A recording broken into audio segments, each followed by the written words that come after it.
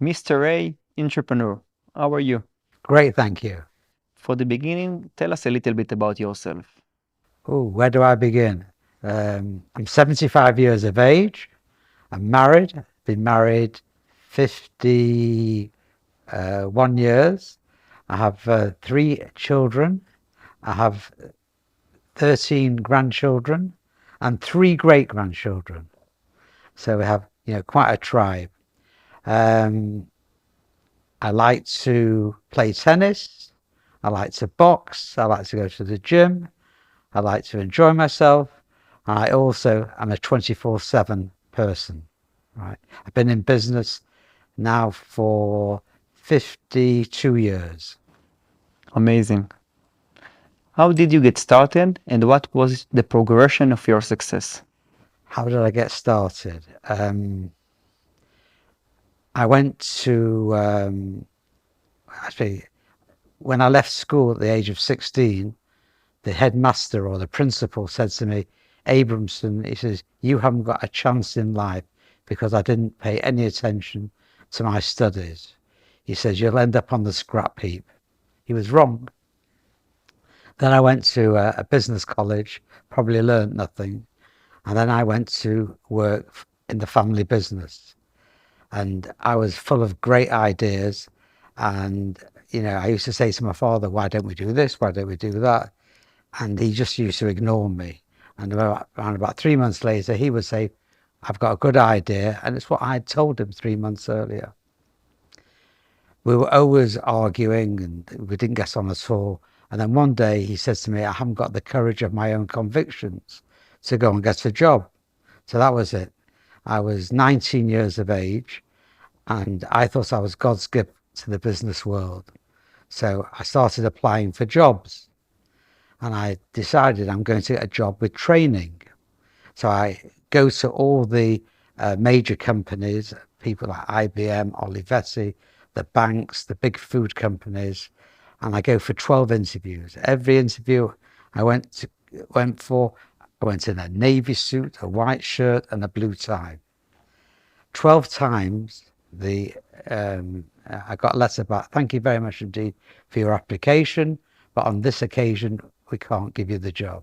And I was really disappointed.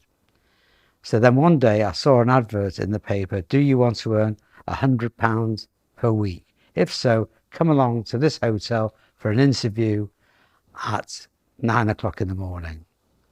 So I decided I'd go. I didn't go in my blue suit, my white shirt, my blue tie. I went in a brown suit, yellow shirt and a brightly coloured tie. And I go along and there's 50 people waiting in line for the interview and they're all coming out, oh, it's terrible, right? I said, who are they? What are they? Nobody knew what the company was or anything.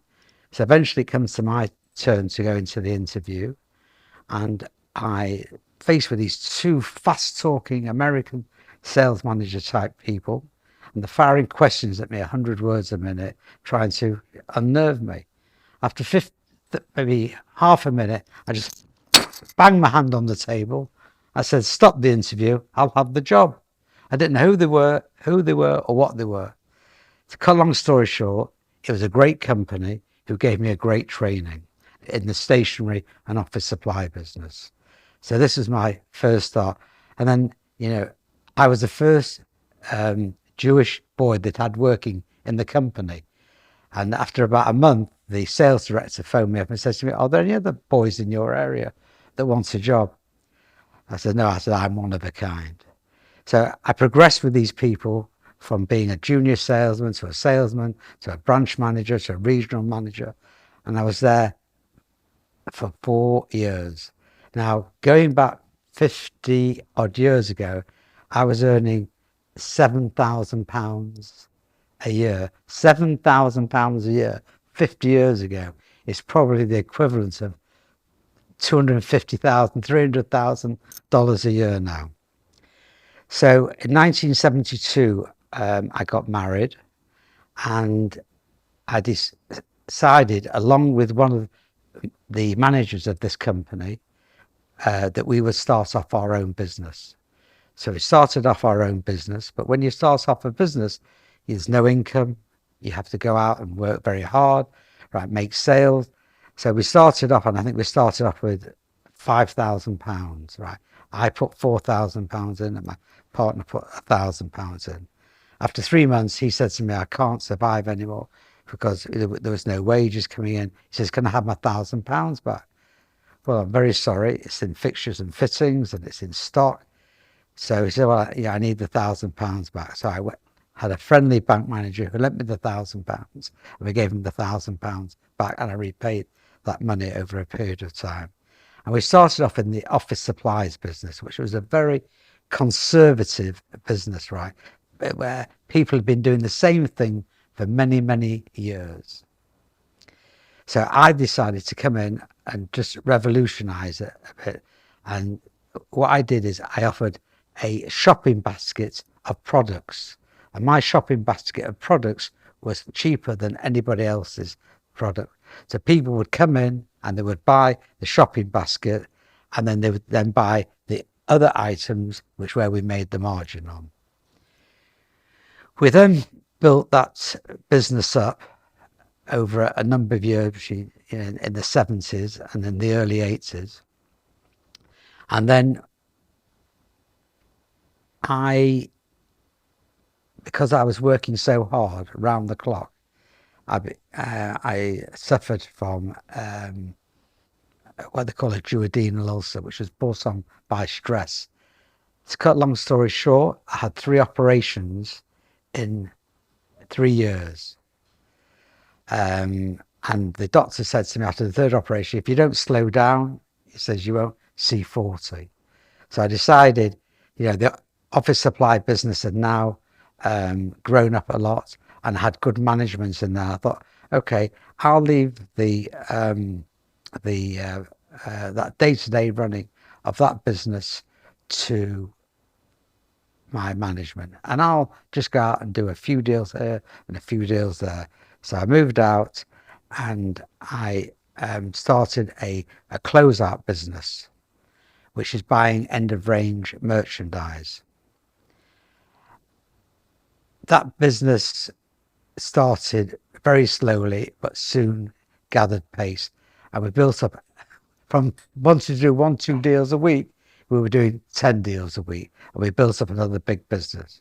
Now, you probably won't realize, but the 80s was a very, very dynamic time, right? It was the time of businesses were just going from strength to strength. So in the late 80s, the mid 80s, I sat down with a friend of mine who was a stockbroker, and he says to me, "Why don't you put your 2 businesses together?" And the stock clearance business, the end of range business, and the office supplies business. We did this, and in 1985, we went public on the London Stock Exchange, right? And we had a valuation of £6 million. And then it was very exciting times. And then we made lots of acquisitions. And then in 1987, I was in Korea. And this is before mobile phones, before, I can't even remember, the faxes were out at that time. So I used to phone up the office every single day, speak to my secretary and said, "Where's the share price today?" And I think the share price the day before had been £1. And she says to me, "Oh, Mr. A," he says, "the whole world's collapsed, right?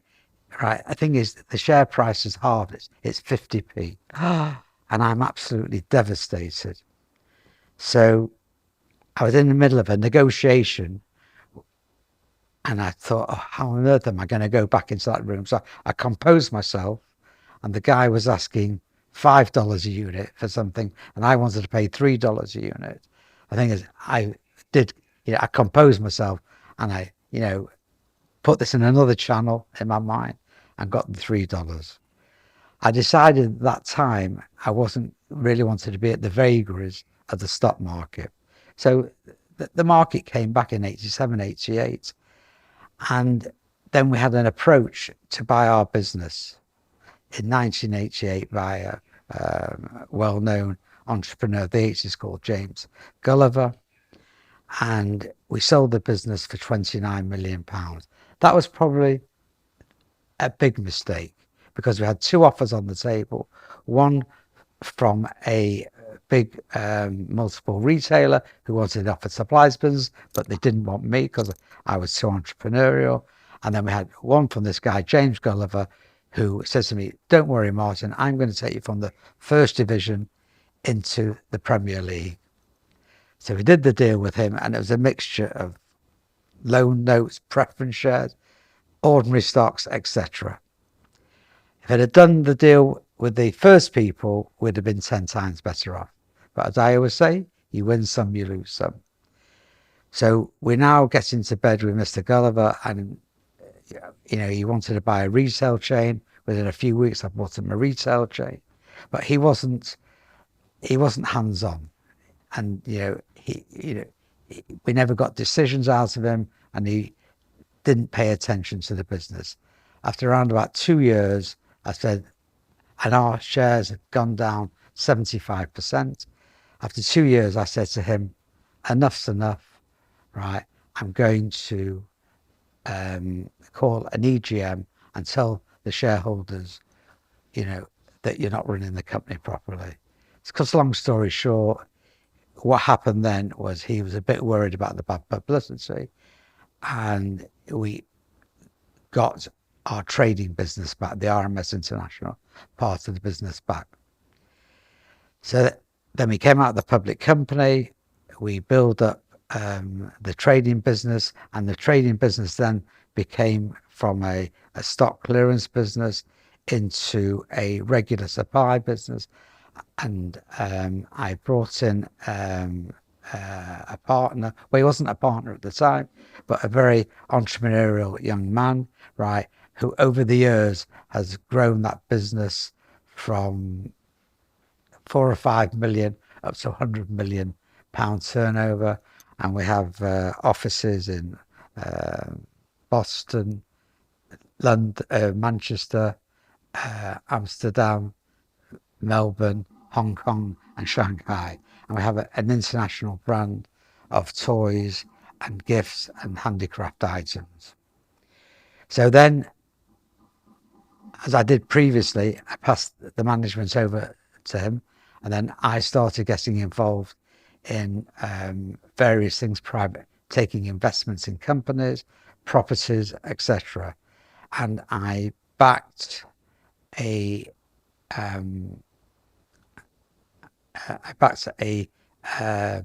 young man. And how did I meet this young man? Is when I sold out in 1988, I decided with the proceeds I was going to build a big house. So my accountant and my lawyer introduced me to a builder. And, I was a client and he was a client, so he was a trusted person. So I gave him the job of building this house. Normally when people build a house, they have trouble with the builder. I fell in love with the builder and we became friends. And he said to me, why don't you invest in property?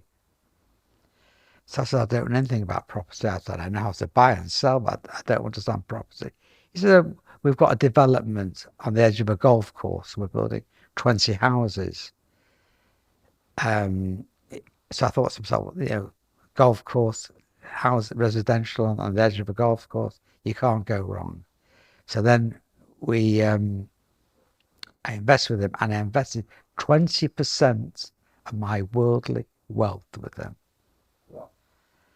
6 weeks after I invested the money, right, I get a call, the man's disappeared, right, taking all the money, right, the doors are shut in his office, right, and the whole thing was a fraud. But we'd taken second charges on some of the properties against our loan, but the charges which we'd taken were false charges.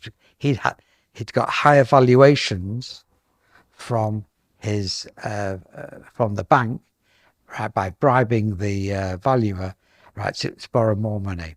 So when we came to claim our second charges, There was no money there.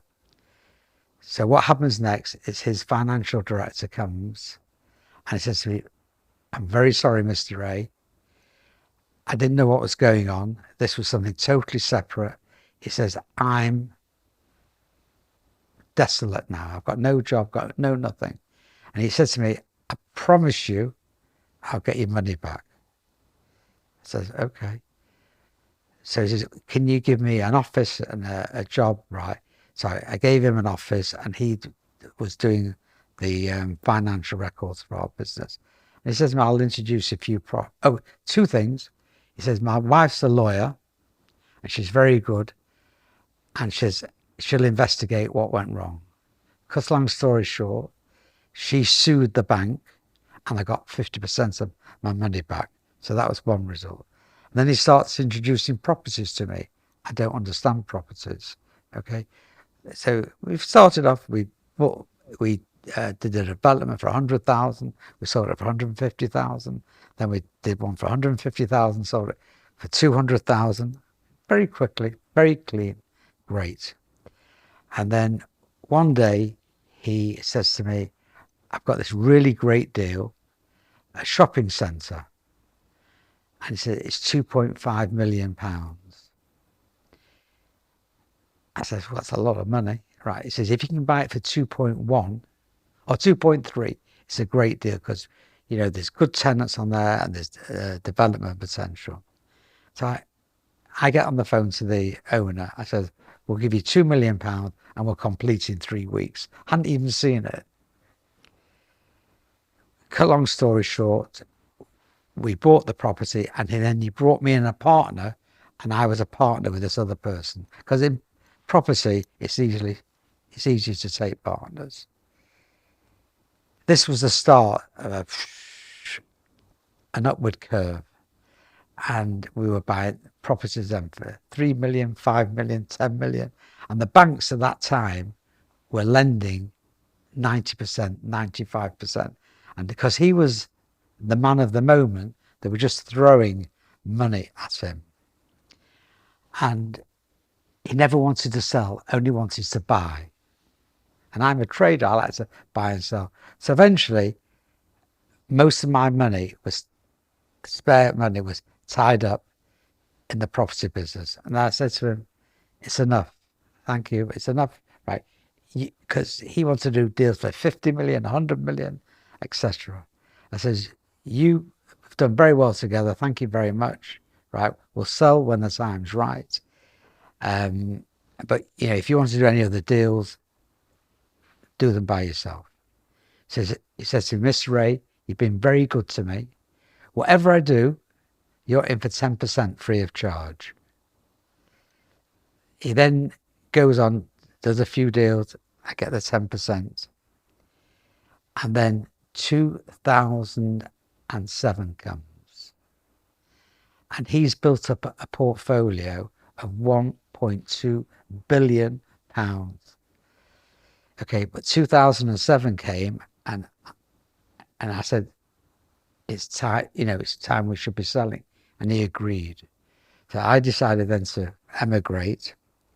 And then I get on the plane, and maybe a few weeks later, the world crashed and the whole values all went down. He had personal guarantees for £250 million. I had no personal guarantees. Everything of mine was ring fenced. So we lost all the potential profit. So most people would have been wiped out by this. But the thing is, I still had the trading businesses, right? Still had some, other private interests, right? And some other properties as well. So you pick yourself up and you go on again. I then had, as I say, emigrated to Israel. I found a new life and something which I really enjoyed. And my trading business, I then reinstated the closeout stock clearance business, right? Because that's something I like to do. It's, it keeps my mind energetic every single day. And I also built the the other trading business up, right? As I say, with another partner to it's over £100 million turnover. So from an outsider looking in, you know, I, it's easy to be objective. So that's where we are today. I like the story. So for now, I would like to ask you what you consider as a milestone along the way that you tell us now. Um, when I was 17 years of age, I went to the south of France for the first time. And I had a dream because I saw all the fancy houses, all the fancy boats, all the fancy cars there. And I had a dream. I wanted to be a public company chairman by the time I'm 30. And I wanted to have a Rolls Royce by the time I'm 30. So the Rolls Royce I bought when I was 29. And I'll never forget this story because I bought the car and I was so embarrassed to have it that I kept it in the garage for 6 weeks before I brought it out. And then I brought it out of the garage and I really enjoyed it. And I always had Rolls Royces and Bentleys all the time I was in the UK. This about the public company chairman didn't happen when I was 30, but it happened when I was 35. So I think those were two, milestones in my life. And I think when I had a dream that when it was our silver wedding anniversary, to have a Rolls Royce convertible and to drive it in the south of France. And I said to my wife, we're going to live a dream. And so I actually bought a car, and of course it had to be a deal, and with the local Bentley dealership. And I said, I only want the car for 6 weeks. So we agreed a deal, I think £175,000. And he gave me a buyback figure, right, at £170,000. It was like renting a car for 6 weeks. And we had the most amazing time. We drove all the way along the Côte d'Azur, right? And it was just a great feeling. I like it. Sounds like a good dream. It was a great dream. Did you miss opportunities along the way? Oh my God, I missed opportunities. Just before the internet broke, I was in New York with a lot of second generation traders, second generation sons of American traders, right? And they were saying, oh, the way my father did things was the old-fashioned way and not the correct way, right? I think we really want to get into the 20th century, 21st century. And they came up with the international highway, matching buyers and sellers.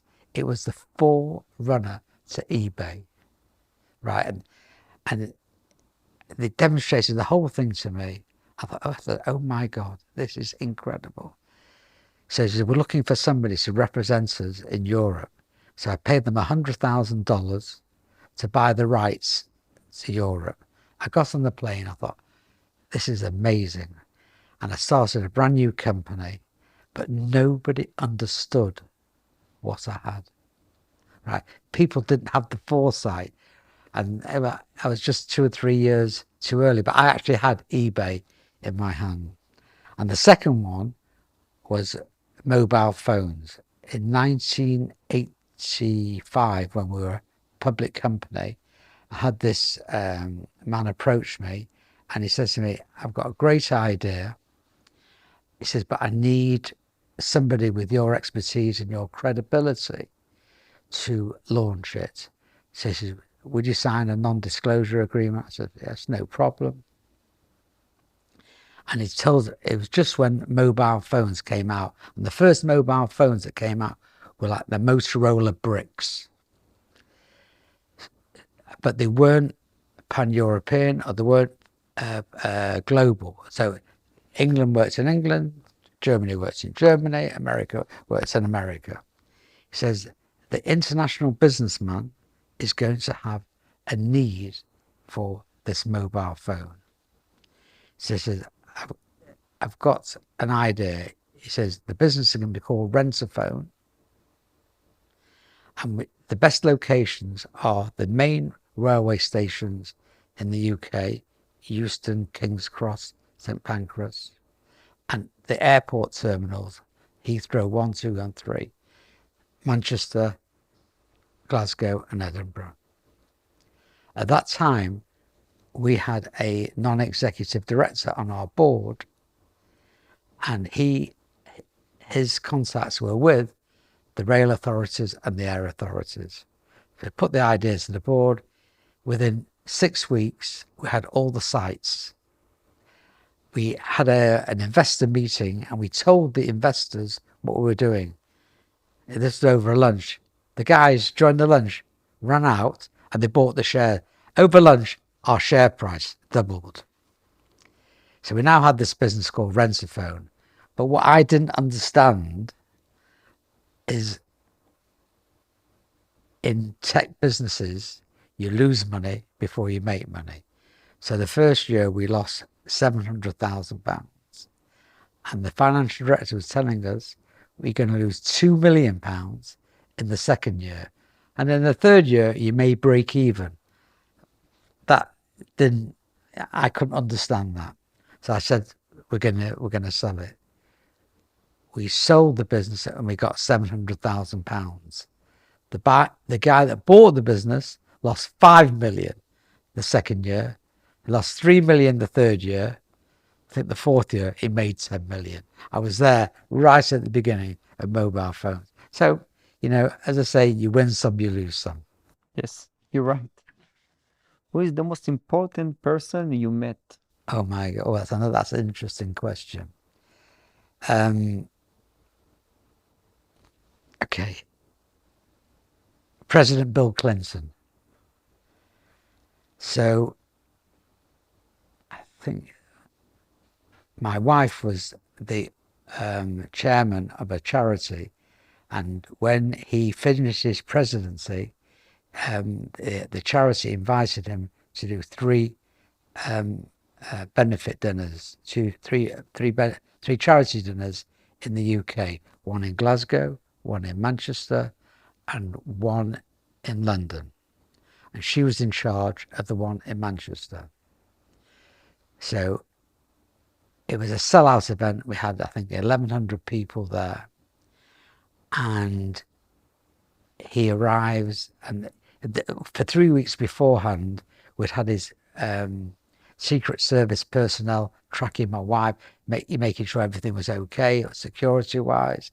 And it was all very, very exciting. He was telling us things that go on in the American presidency's security routine, etc. And then it comes the night of the event. So on the night of the event, my wife had gone to a hotel and said, can we have your hotel exclusively because we want to put President Clinton up there tonight? No problem, as long as we can have a picture and we can call it the Clinton Suite afterwards, which they agreed to. And also I arranged for some of my very good suppliers and customers to be there as well. On the night of the event, he came and it was amazing. He's just so charismatic.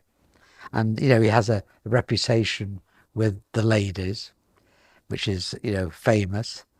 And on the top table, there were five or six couples, right, who had all paid, I think, £20,000 each to sit on the table just to be with him. And what my wife did is she rotated the women around the table, right, so they all had an opportunity to sit next to him.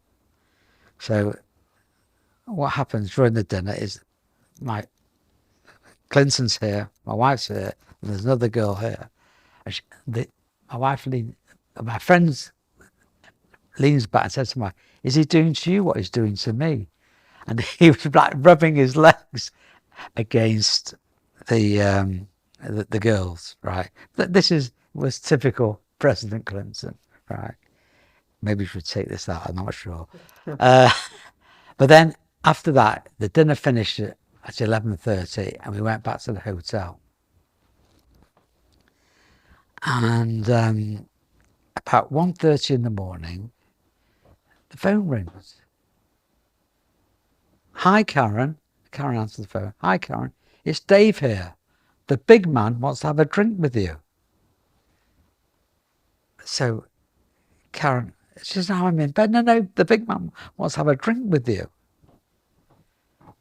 So all of a sudden, Karen gets dressed and she puts her dressing gown on and she goes down to the bar. I said, Karen, I'm coming with you. Karen says to me, the invitation was not for you, it was for me. So she now goes down into the bar, and I thought, I'm not going to let her be there by herself. And I put my dressing gown on. And we go down there, and it was from 1:30 in the morning till 5:30 in the morning. We sat with him on a one-to-one basis. And he discussed everything around the globe with it. It was the most incredible experience, right? To sit with one of the most powerful men in the world. And in fact, there's the picture. Wow. You surprised me with this stuff. Because people don't believe it. And then the next day was funny. In London, had the dinner in London. So all the VIPs are meeting him, right? We were in the VIP line, right? So there's about 40 people in the line going along, shaking hands with him.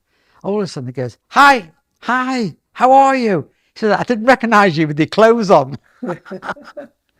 Which was quite embarrassing. It's amazing story. I like it. It was a surprise. Did your childhood influence your business conduct? 100%. I had a very up and down childhood life. My father would start a business on a Monday. Tuesday would be okay. Wednesday be a bit quiet. Thursday closed down. So we had this roller coaster all our life. We didn't know where we were. And when he was successful, he was mean. And when he had no money, he was generous. So I decided whatever I did, I would never give in, right? And and I would succeed. And there are times every businessman has. It's not all like that. They have peaks and troughs, and you must never give in. You must always work and make it happen. I want to ask you about your glasses. Oh my God! Oh, do you know what brand they are? Everybody asks about these glasses. Can you see what the brand is? No. CD, Christian Dior. You can see the C and the D. So in life, you've got to be different. And I've always been different. When I walk in the room, people know that I walk in the room. With my clothes, I actually go out and buy the material, design them. And so the thing is, the one of one. And in fact, I have a collection of evening jackets, of over 60 jackets. Amazing. So I will ask you about a tip or something that you can give to young and talented people, young people who want to success in life. Okay, first of all, have PAM, P-A-M, positive attitude of mind. That's the most important thing. If you've got the positive attitude of mind, you'll make things happen. You must never give in. Try, if you get knocked over once, get knocked over twice, get knocked over 3 times, you've got to stand up and make it happen. Have the courage of your own convictions to succeed.